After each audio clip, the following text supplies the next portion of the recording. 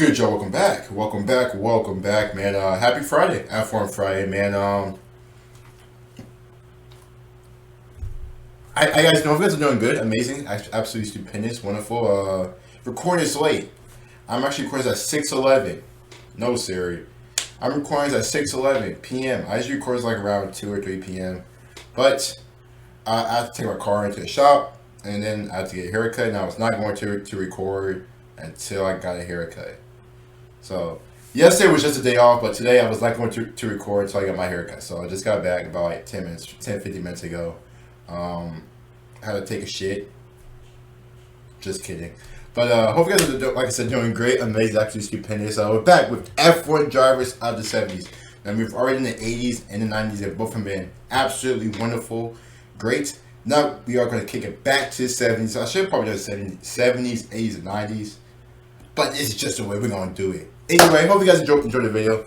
Don't forget to like the video and sub as well. I don't think I'm missing too much. I did see the Bahrain testings going on, so looking forward to it. And without further ado, man, let's get started. So, a little while ago, I made a couple of videos where I ranked Formula 1 drivers from the 1950s and the 1960s. Now, the reason I did this is because ranking drivers overall is one... Okay, I'm not going to cap 50s and 60s probably a bit out of the time span. We'll probably just do 70s, 80s, and 90s and just leave it like that. Surefire way to enrage a large portion of your audience, because it doesn't matter how thorough your ranking process is. In the eyes of a lot of people, you are going to be wrong. So it was better to play it safe and rank these cats by the decade. Now we arrive at the 1970s, and this is where people's fandom of certain drivers will start to become more evident. It is virtually a certainty that this list will evoke some strong reactions, but I do enjoy being a bit of a shit stirrer, so I guess without further ado, we can get into the list. Although before that even, we'll start off with some honourable mentions.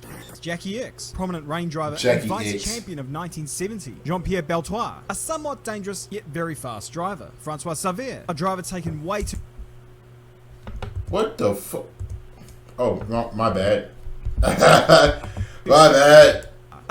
Jackie X, prominent rain driver and vice champion of 1970. Jean-Pierre Beltoir, a somewhat dangerous yet very fast driver. Francois Xavier, a driver taken way too... we gotta check him out. We gotta check him out. Alan Jones, the fastest fat to come out of Melbourne. I know about Alan Jones, fat boy. Now we run through those ones. Let's start off the top 10 list with a driver who had a really long face.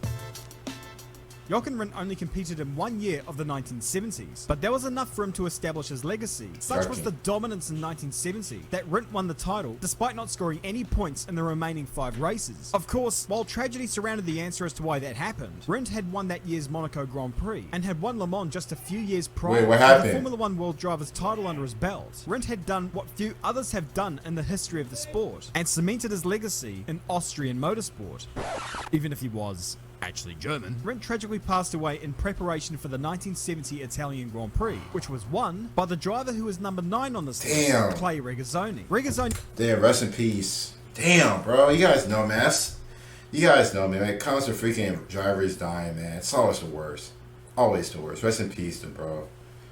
He will never get as much recognition as some of his teammates had done, but he was still quite effective back in his day. He made his Grand Prix debut in 1970 with Ferrari. After finishing 4th, Ferrari signed him on for the remainder of the year, and would seal his place in Ferrari folklore by winning the Italian Grand Prix in a Ferrari. Now, it doesn't matter what you do in life, winning at Monza in a Ferrari makes you an eternal legend in the eyes of the Tifosi. I mean, that's the OJ effect of Formula 1. He came close to winning the world title in 1974, just barely losing out to Emerson Fittipaldi, and would record a further 4 wins in his Formula 1 career. A consistent, hard-charging racer, Regazzoni should perhaps receive a little bit more recognition than he already has. Someone who did not struggle to be recognized was Gilles Villeneuve. Now, before you lynch me, we are talking decade specific, and Villeneuve entered at the tail end of it, although it was enough to give us an idea of what kind of raw pace he had. After demolishing the competition in North America, Villeneuve was spotted by James Hunt after beating the 76 champion at Highway Vic.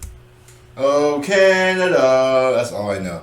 I was going to sing the anthem, but that's all I know. In a McLaren Formula 1 car in balls, 1977, and demonstrated his ability by splitting the McLarens of Hunt and Mas, who were in newer machinery. The commendatore Enzo Ferrari immediately took a liking to this, and so hired him before season's end. Villeneuve's career in the 70s was beset with some perhaps overzealous driving, but it was for this reason that he gained a cult-like following. Perhaps if things were different, he may have been the world champion of 1979, but instead that went to the man at number 7. The last driver from Africa to compete in Formula 1 was Jody Scheckter. Hailing from East London in South Africa, Scheckter often placed himself in championship contention throughout the 70s. Firstly with Tyrrell back when the team experimented with 6-wheel cars. There was short. Oh, also, I forgot to mention it earlier, but hopefully prayers and safety to Daniel Ricciardo. I did see he tested positive for COVID.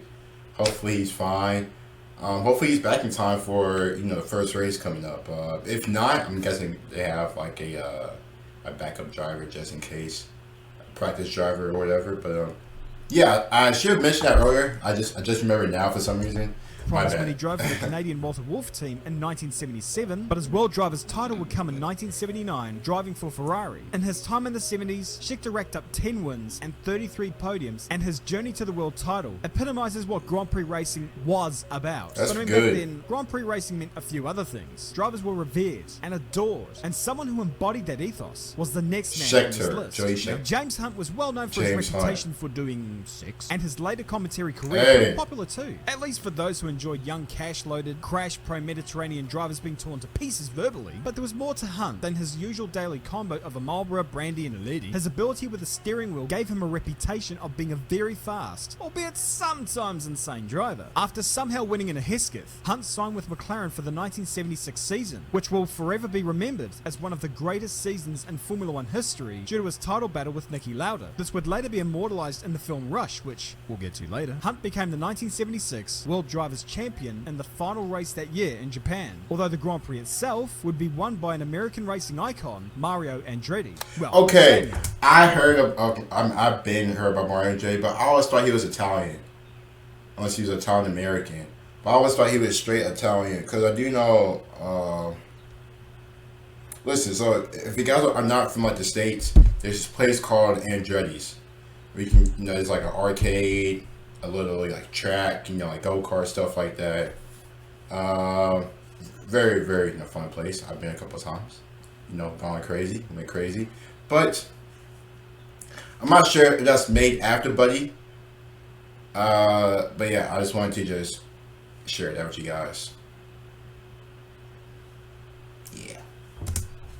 He was born in modern day Croatia, but irrespective, while his heart was Italian, he raced under an American flag, was the last American to win a Grand Prix, and was the last American to win the World Drivers' Championship back in 1978. Damn. Despite driving for the likes of Ferrari, and we have had another one since then, right? Formula 1 until 1975, when he drove for the Parnelli Jones team. It wasn't the greatest piece of machinery, but it was enough for him to catch the attention of Colin Chapman, the head honcho of Lotus, who made fast cars that had the slight side effect of being about as fragile as the future of the human race. Luckily for Mario, the cars didn't kill him, and after a solid campaign in 1977, he would claim his World Drivers title in 1978, driving alongside a man who was heavily revered and regarded as one of the greatest drivers never to win a world title.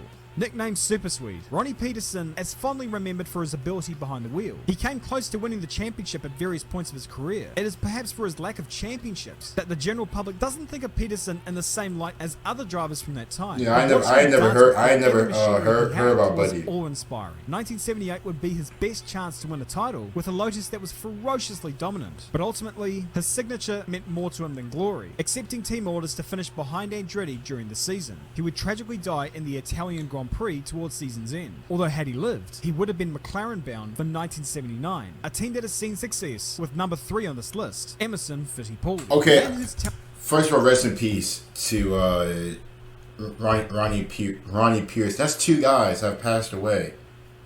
But I think this was another guy. I think you guys want me to check him out as well.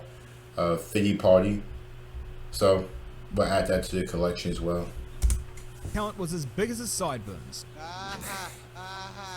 Curiously, Emo spent most of his career in the American Indy racing scene, but what he achieved in his time in Formula 1 was both remarkable and strange. He started off with a bang, debuting for the Lotus team in 1970 and winning his first ever Grand Prix at Watkins Glen later that year. It would only take Fittipaldi another couple of years before he secured his first world title in 1972. Having almost won it again in 1973, Fittipaldi would win the championship in 1974, although this time with McLaren. But in terms of strange things in his career, two to note would be his involvement with the Lotus 56B car, a car that was powered by a freaking jet. And seeing as how it only did one race, I needn't say how shit it was. And then there was what happened at the end of 1975. Having come close to winning the title that year with McLaren, Emo decided to pack up shop and switch over to the family team at Kopazuka. So he went from a title winning package to something that wasn't one. He spent the remaining years of his Formula 1 career trying to make sense of the whole operation, and aside from a couple of podiums, it was a failure. Still though, with his departure from McLaren came the employment of James Hunt, who in turn had a legendary battle with the one and only Niki Lauda. Coming in at number 2 is the much loved, sorely missed Niki Lauda, the 3-time world champion. Rest He in wasn't peace. afraid to tell the commendatore Enzo Ferrari that his cars were shitboxes. I mean, it was kinda harsh, but it was this blunt attitude, coupled with his engineering know-how and his driving ability, that helped Lauda become one of the more revered drivers of his time. After performing well at BRM in 1973, he was hired by Ferrari before leading a renaissance back to glory for the prancing horse. He won his first Grand Prix in 1974 at Harama, before winning his first world title in 1975.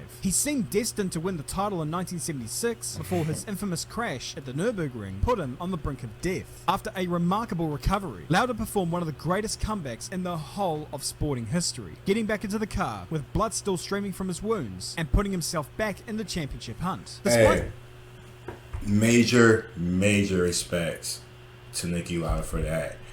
That's some scary shit. That's some scary shit. Now going back to Fittipaldi, what the hell are you thinking? You were for a championship team, to go to. I know. No, that's like your family car and stuff like that. But my guy, you're about to be a world champ, and you just switch. I ain't gonna cap. I'm trying to win. Hey, I can join you guys after this season, but I'm in position to win. As for Niki Lauda, holy shit.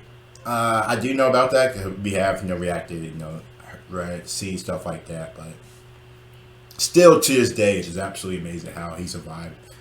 Just looking at it again, I thought Grosjean shit was bad, and all the other crashes. This shit right here, oh my god. I mean, got like a permanent bruise. I mean, Kaz blood coming out. Oh my gosh. Losing the title after pulling out of the Japanese Grand Prix citing safety concerns, it never left a stain on his character. And in 1977, he would win a second world title with 2 rounds to spare. Now, I could talk about Niki for hours. His story is one of legend. Yeah. And emotionally, he is who I wanted to put at the top of this list. But That's what I thought. Instead, for a man whose legacy in the sport is profound.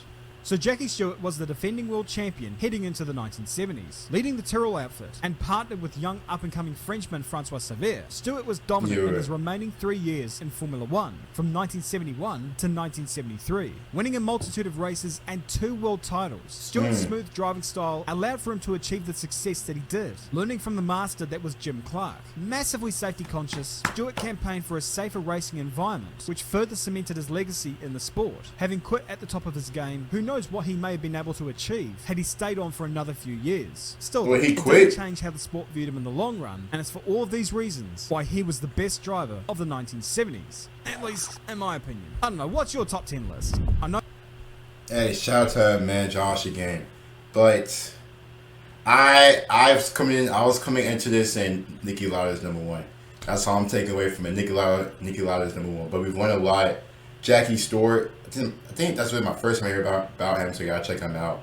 Obviously, Ronnie Peterson, James Hunt, Mr. Sex God, Mario Andretti, hear about him, stuff like that.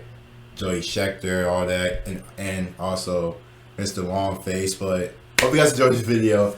Don't forget to like the video and subscribe. Coming up later, guys. Thoughts and reactions. We'll see you guys later.